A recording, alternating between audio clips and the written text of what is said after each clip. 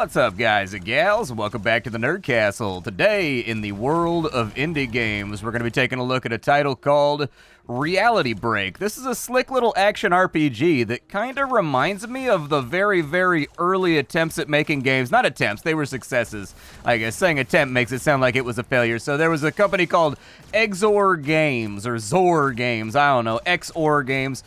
They made a bunch of little titles, a lot like this one, in fact, and all of them weren't particularly complex. None of them were particularly wild or crazy, but on the visual front and on the tactile front, the games looked and felt really good, and ultimately that culminated in a game called Riftbreaker, which went crazy viral, and that's when Xor got put on the map. This game kind of reminds me of those earlier titles. Reality Break is an action RPG that's drawing from influences like Diablo or Din's Legacy or, Depths of Peril or Titan Quest or any of those sorts of games. The only difference is you're in a spacecraft, and the game's got kind of a curious hook to it.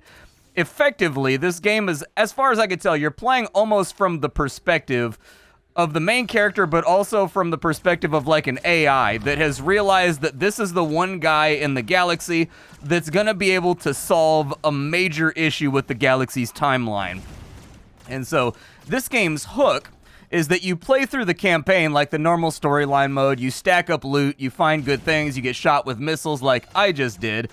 But at a certain point in the storyline, the game is going to reach a terminus where in that timeline, your character kind of canonically dies. Like, that's it. He dies right there. And then the AI that's looking for the timeline in which your character fixes all the problems that are coming moves on to the next timeline. And the things that you do on any given timeline, they give you reality points that you spend on like the main menu of this game to start over with new mechanics unlocked, and also to make it so at certain points in the game where normally you would canonically die, you do not. And so it allows you to kind of like rewrite this neural network of things that can happen, things that will happen, and abilities that your character has in order to find the successful timeline. And I think this is a really compelling idea. I think if they pull this off, it could turn into something really special. It's a high-risk, high-reward mechanic that I think people are either going to really love or really hate and find repetitive, and it'll depend how they pull it off, but as of right now, the developers have fired off a demo. I'm taking a look at that, and we're going to explore it. I've played the demo for about 2 or 3 hours. I actually like the demo a lot, but then again, I am the intended audience for this game. In another life, I probably would have made a YouTube channel that focuses almost entirely on like what Zizarin does or like what Ziggy D does. Any of those guys that play action RPGs and they make build checklists and, they make farming guides and stuff like that. I've always been a really, really big fan of action RPGs. I enjoy them tremendously. Oh, I think my super weapon is charged up. I think that's what that is. So they put all kinds of fireworks on the edge of the screen. This is a new mechanic that I haven't had a chance to play around with yet. Yeah, it's a death ray. Freaking sweet, dude. Very nice. Okay, apparently that's a death ray. That's a new ability that I unlocked on my last timeline reroll. And so I hadn't had a chance to play around with it yet. It takes a while to, like, charge up. But as to back what I was saying, Reality Break, I don't know what the intended release date is, but I've been playing it, I've been enjoying it as an action RPG fan. I think that everything feels really great here. I just got exploded by black hole missiles, which kind of sucks. When you die in the normal course of duty, this game is not like a roguelike. You don't die and go back to the menu and have to do the reality point thing when you die in an unscripted way. So if random mobs kill you, the AI can just resurrect you back at the nearest warp gate.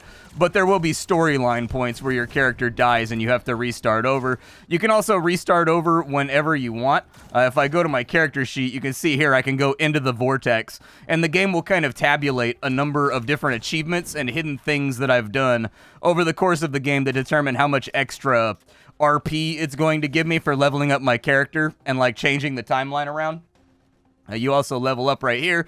There's a skill sheet. There's not like classes or anything else like that.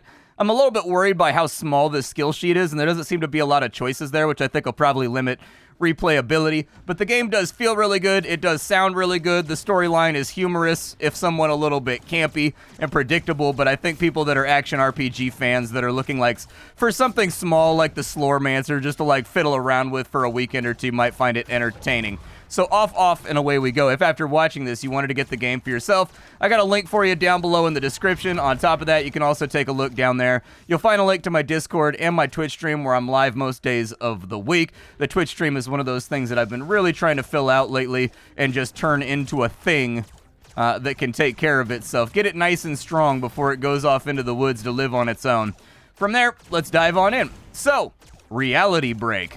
This is a game that feels very, very nice. This is clearly designed by a team that knows how to design visual and also sound effects flair. Everything from firing your default weapons to blowing up enemy ships in this game feels really good. The hit feedback is really solid. All of the enemies simultaneously feel threatening and interesting. I've seen a lot of enemy varieties in this game over the time that I've played, including a couple of ideas that I don't think I've actually seen before in a sci-fi game. So as an example, you fight against this one alien race, and they're kind of like the Eldar. They have like a soul crystal, and like when you blow up their ship, their soul crystal floats off, and it can be sucked up by other Eldar ships. And every time they suck up one of those crystals, they level up and get stronger until eventually they become like a battle station cruiser. And so you can actually make a strategy out of like farming those battle stations and allowing them to form. Right now, I'm trying to get past a bunch of jump suppressors that are keeping me inside of this galaxy. We're going to skip most of the storyline stuff for right now, just so that I can show off gameplay. That's also partially because I've already seen this. So I've played through this section once or twice now, and so I'm already aware of the storyline and what's going on via repetition. Over on this map, every single zone is effectively procedurally generated. You never know what the background's going to look like. Some of them are similar, so like this zone right here is part of a storyline mission, so it always looks the same. Each of these red points right here are basically an enemy pack that's sitting around. There will also be jump gates, there will be stations, there will occasionally be anomalies like that guy right there. The anomalies can be something like a floating boss, or they can be something like a treasure chest, or they can be like a warp gate. You never know what it's going to be. They're worth investigating. If you like getting loot and extra stuff, oh my goodness, my special Christmas is upon us. This game is very, very full of loot. The loot density, actually, I think in this game is quite good by comparison to a lot of other action RPGs. I've never understood the action RPGs that'll be like, here's one yellow item per 30 minutes. That's not fun. Every time I kill a bad guy, like 2 or 3 yellow items should drop. Give me things to be excited about. Big explosion of gold and gore. That's what I like to see in my action RPGs. And this game does deliver on that front. There's debris floating around. There's the places where old battles took place. Loot is going to spray out of every single enemy that you murder. There's mines, there's treasure chests, there's all kinds of goodies. And so I've been having a good time with it. Let's go ahead and go to our inventory and see if we've got any upgrades. The game does a pretty good job at letting you know what's an upgrade versus what isn't. As of right now, these are all the equipment slots that I have on my ship, everything from wings to gun hardpoints to launcher hardpoints to CPUs, stuff like that. And as I've gone through the timelines, it's actually unlocked new slots as well. I don't think I had that slot on my last run. Neither did I have this slot on my last run until like the end, and then when I slotted the thing in, redacted happened because I don't want to spoil the storyline. So let's go ahead and wipe out some bad guys. We've already taken care of the jump suppressors inside this dimension, so luckily nobody is impeding our transit anymore. Space Caltrans is not getting on the way, leaning on a shovel and generally being surly. We can leave the system whenever we want, and I think we should probably do that right about now. However, there is something to be said about the fact that someone murdered me over here, and I feel very strongly drawn towards the desire for revenge. So if I can find the guy... Was it you? Were you the one that murdered me? I don't think you were the one that murdered me. Death ray!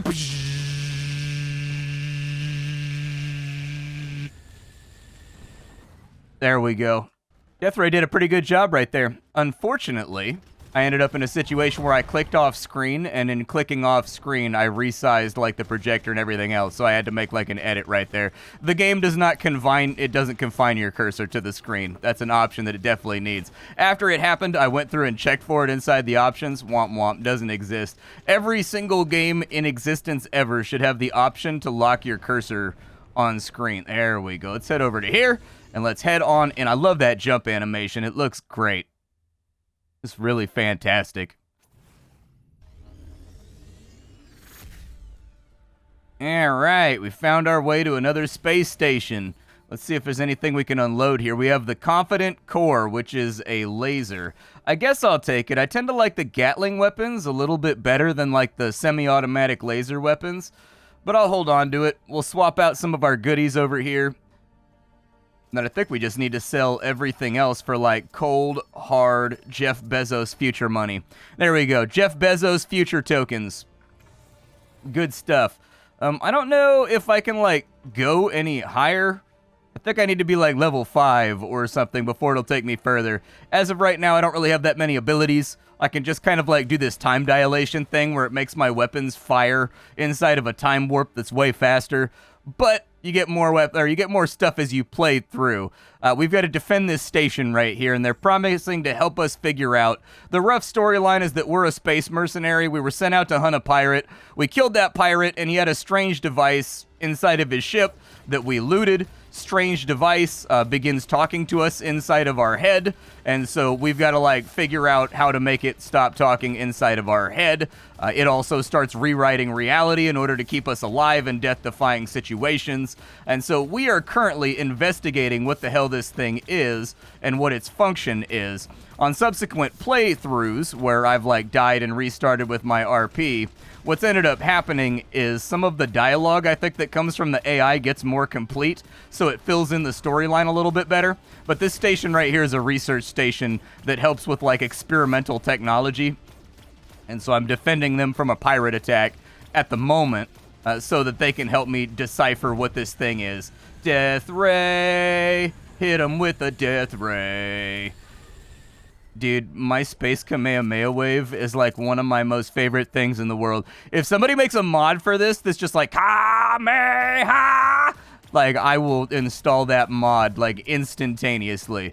There will be no hesitation on my part in the installation of that mod. Because that's all I've ever wanted to do is fire a Kamehameha wave at somebody. Or like a Gallic gun. Doesn't really matter to me. Gallic gun, Kamehameha wave, special beam cannon, the Masenko, you know, whatever you want to fire from DBZ at your enemies. That's what I've always wanted to do. Unfortunately, life didn't give me those capabilities. Let's wipe out the last couple of these ships, and then we'll have a little conversation, because I haven't actually seen what happens past this point, and I would like to see what happens past this point. We do have a skill point. Somebody's talking to me, though. I wonder how they were warping in without a gate. Unknown. Their signatures match those of the raiders who ambushed us. What kind of coincidence is it that they'd show up all the way out here? Coincidences are outside the scope of my programming. Credentials validated. You are welcome to dock. Your assistance is appreciated. No problem. Looks like I got here just in time. What happened to the defense array? We would like to understand that as well. It's good to see you again, by the way. Likewise, say about that quantum frame of yours. We also need, multi-shot? Yeah, that sounds pretty sexy. It looks like it's spending my skill point, but it's not actually actively adding it. Yeah, until I go back through and I start fiddling with stuff. We also have a passive we can take right here. We can increase our focus by 1% when we pick up a Fate Pulse, gain 15 energy when you pick up a Health Spark. I guess I'll take that one. I don't know, it's still saying that I have a skill point available. I wish it would stop blinking at me. I don't know why it's saying I have a skill point available, but it's definitely saying I have a skill point available, even though I definitely do not have a skill point available. So I'm going to guess that that's a little visual display bug. Yep, visual display bug. I restarted the game and it went away. What does this do? Oh, nice. It lets me do like a little scatter shot. Sweet. So dock with Station 6. Let's connect you with the research team. Much obliged. Greetings, Splat. Station scanners are picking up something interesting that's coming on out of your ship right there. It's the tech that we picked up for a contract. We don't really know what it is. It seems stable while it was equipped on my ship. We're quite eager to examine it. I'm loving the enthusiasm, but I'm going to recommend you double-check your safety measures just in case. Good call. Better safe than sorry. Yeah, we don't want to damage your tech. Safety calibration complete. Our computational facilities are at your disposal. Okay, so we need to put this in here. All right, let's take a look. The last time I did this, the entire space station exploded, and that's where my character canonically died, and I had to restart the game, and that's how they introduced the concept of reality points and re-rolling your life to get more bonuses on the next run, and also use their little, like, reality tree to unlock new chapters that you can get to in the storyline without dying. It's basically the AI searching throughout reality to find that one Doctor Strange timeline that this pilot basically saves the galaxy. I kind of dig that, though, because it makes you not feel like the hero. Like, you're actually supposed to die in, like, 90% of the timelines, and it's because of this omniscient AI that's basically searching for any way for the galaxy to survive, that it's figured out that you have timelines where you fix everything, but even it has to let you die a ton of times to figure out which timeline is right. I sort of dig that idea. Alright, it was referred to as ancient tech by my contact. I hope your team can figure out what it is. The energy spikes are unusual, but they are inside parameters. Ready for analysis. Okay, let's do it. I don't know what happens after this. I've never seen our quantum frame scan something this quickly. The analysis field is becoming chaotic. I didn't notice anything like that. Stabilizing. Oh no. What happened with the oh no? Did it just like not blow up? Oh, it added a bunch of stats to it after we analyzed it. So you can shift like right click on this thing and you get these things called fate pulses, which are like these little pieces of temporal reality, and you can spend them to upgrade the condition of this so that it matches up with the phase of the game that you're at and has like stats that are similar effectively. You can also use them as a kind of like currency for other stuff. There we go. I had to restart the game again. Apparently a buggy demo. Our research team has a proposition for you. We want to learn more about that fate core. To continue analyzing it, our quantum frame needs stronger shielding. There's a facility in a nearby sector that has exactly the material that we need. I just go there and buy it? Not exactly. It was used in the construction of an Eldoran Colossus reactor. Are you seriously suggesting I fight a Colossus? No. This one is dormant. Enemy activity is light. The reactor itself might be defended, but we've seen you in action. It'll help us out a lot since Eldoran forces have been harassing our trade convoys. Must go. What do you think? Yeah, it sounds like a plan. Downloading Jump Manifest. Before I forget, if you haven't already, speak with Specialist Casey at the adjacent refit platform about upgrades to your ship. Upgrades are good. I'll do that. Alright, so who are we talking to here? Was it you for... We're supposed to be talking to, like, Specialist Casey or something? Oh, yeah, I remember. I think you upgrade your ship over here. Like, on the last run, I vaguely remember something about that. It looks like... Oh, I can't afford the price right there. But this right here, this is like a dry dock, if I remember right. Yeah, so this is a dry dock right here. And you can use it to upgrade your ship. So you can get, like... You can upgrade your health potion, which just comes built in on every ship. You've got, like, nanite repair modules. You can also get a drone slot. So right there, we just unlocked a new slot on our ship. And for 20,000 credits, we can get another one. I also made it so that my repair nanites do 60% of my health now. It looks like you can increase the duration of that as well. Those grinding noises are perfectly normal. I don't know what goes in the drone slot, but I hope it shoots a gun. That would be the ideal circumstance here. Let's go ahead and let's head to the next area, I suppose. We've got the dormant Colossus over here. Jump gate!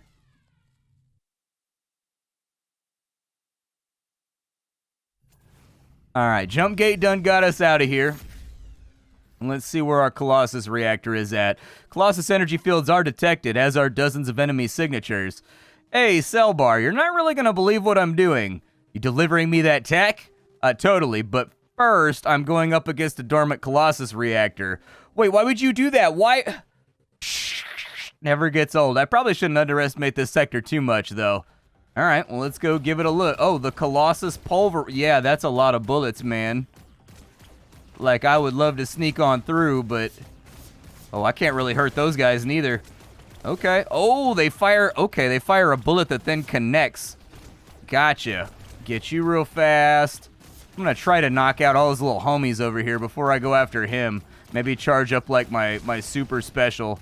Ow, that was painful. Okay, so here's what we're gonna do. I'm gonna rewrite reality, and we're gonna hide behind this rift gate right here. And we're going to take a whole bunch of damage. I can't even get near that guy. Good lord. All right, well, let's take out his little buddy first. There's so many bullets. I think I'm going to have to come up with a plan here. We need some kind of plan for actually, like, shooting and harming this guy. Otherwise, I don't see this working out. Yeah, he's got, like, landmines and stuff, too. How hurt is his shield? Not that hurt. All right, give me the automatic fire here. I've got an ability where I can time dilate my weapons. There we go. Keep on firing. I just gotta kind of like, my bullets, I think, go further than his attack range. So I think I've just gotta like outrange him for a minute.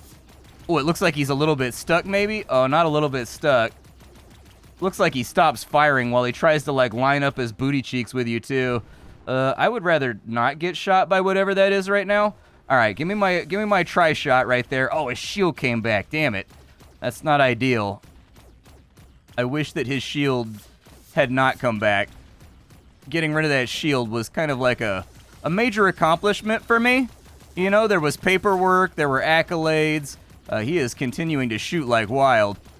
I don't know where my cursor is either. I kind of lost it in all this. Kind of lost my cursor in the sauce. 31 credits right there for that kill. And it looks like a bunch of loot that's probably not going to be that helpful, but a couple of credits right there. I'll take it. Bigger fight than I was planning on having. And I think guys in this sector have a tougher chin than stuff I've been facing previously. I was going to say, when you blow up big ships, they have these warship class slots. I don't have any warship class slots yet. Oh, what is that thing? Is that a background? Oh, man. Okay, give me the automatic fire real quick. All right, knock him out. That is indeed a background. When they called it a Colossus, they weren't really kidding. The Colossus Pulsar. Okay. Give me a little bit of that right there. Oh, okay. They hit me so hard that they knocked the loot out of my anus, dude. My anus done had loot knocked out of it.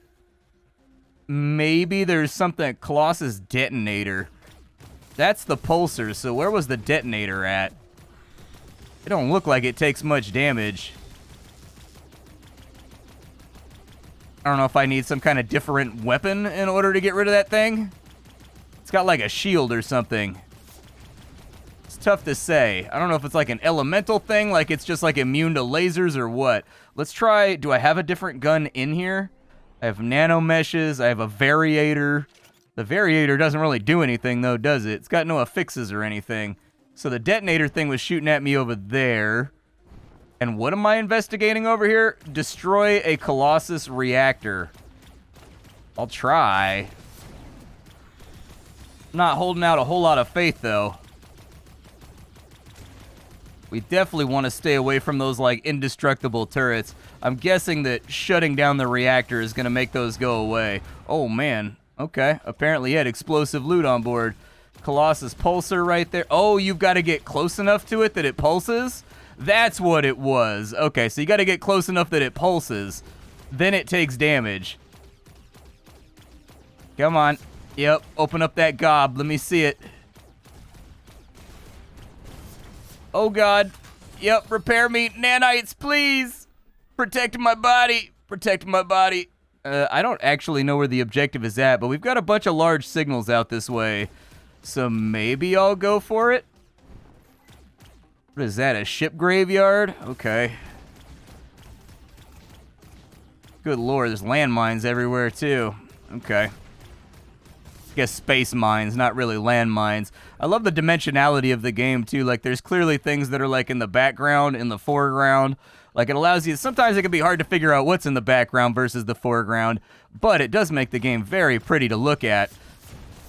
All right, another one knocked down. Locate and eliminate the Colossus reactor. You think it's this thing that's surrounded by space mines? I kind of feel like it's probably the thing that's surrounded by space mines. There we go. Let's just detonate all those right now. Perfect. No more space mines. Now I can look and see what's over here. It's weird that you can't shoot down the space mines. They're just like this annoyance that you have to deal with. I think it's all for this reinforced crate right here. The Shredder. Hey, look at that. Well, it's cool that the main character comments on dope loot that dropped. Is the Shredder good? Oh, yeah, dude. It's like a laser machine gun. Nice. I'll take that. Anything's better than the semi-auto gun. Oh, yeah, we needed a gun upgrade real bad. A point of interest has been found. An anomaly. Okay, well, I'm going to investigate the... What is that?